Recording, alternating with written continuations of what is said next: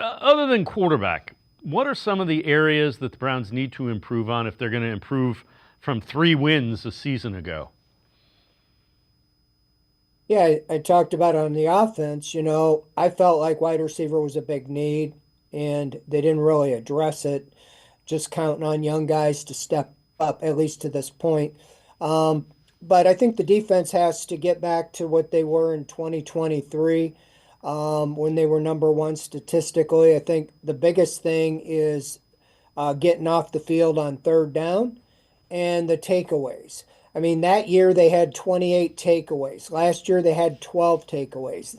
That's 16 times they got off the field more in 2023, which takes points off the board for the opponent. And so I just really think if the defense, and they addressed heavily with their first two picks with Mason Graham and Carson Schlesinger, who I expect both those guys to start. Malik Collins, who I think will be a big factor on the inside as well. Um, I really think that that's the defense will go a long way. We talked about it last year, is that we thought we had a healthy Deshaun Watson, and if he just played adequate, average, a little above average, the team could make the playoffs. He obviously played horrible. The defense dropped back as well. So I think the defense has to get back for sure into the top 10. And then obviously the offense has to do better in 15 points. But I think that the defensive line all the way around has to put more pressure. That will help, in getting off the field, help the cornerbacks, help the safeties. They have to get more takeaways, and that starts all over the place, but especially at safety. They brought in Juan Thornhill to be a ball hawk. He had no interceptions in his 2 seasons with the Browns. So they're counting on Ronnie Hickman to pick up the slack and make some plays.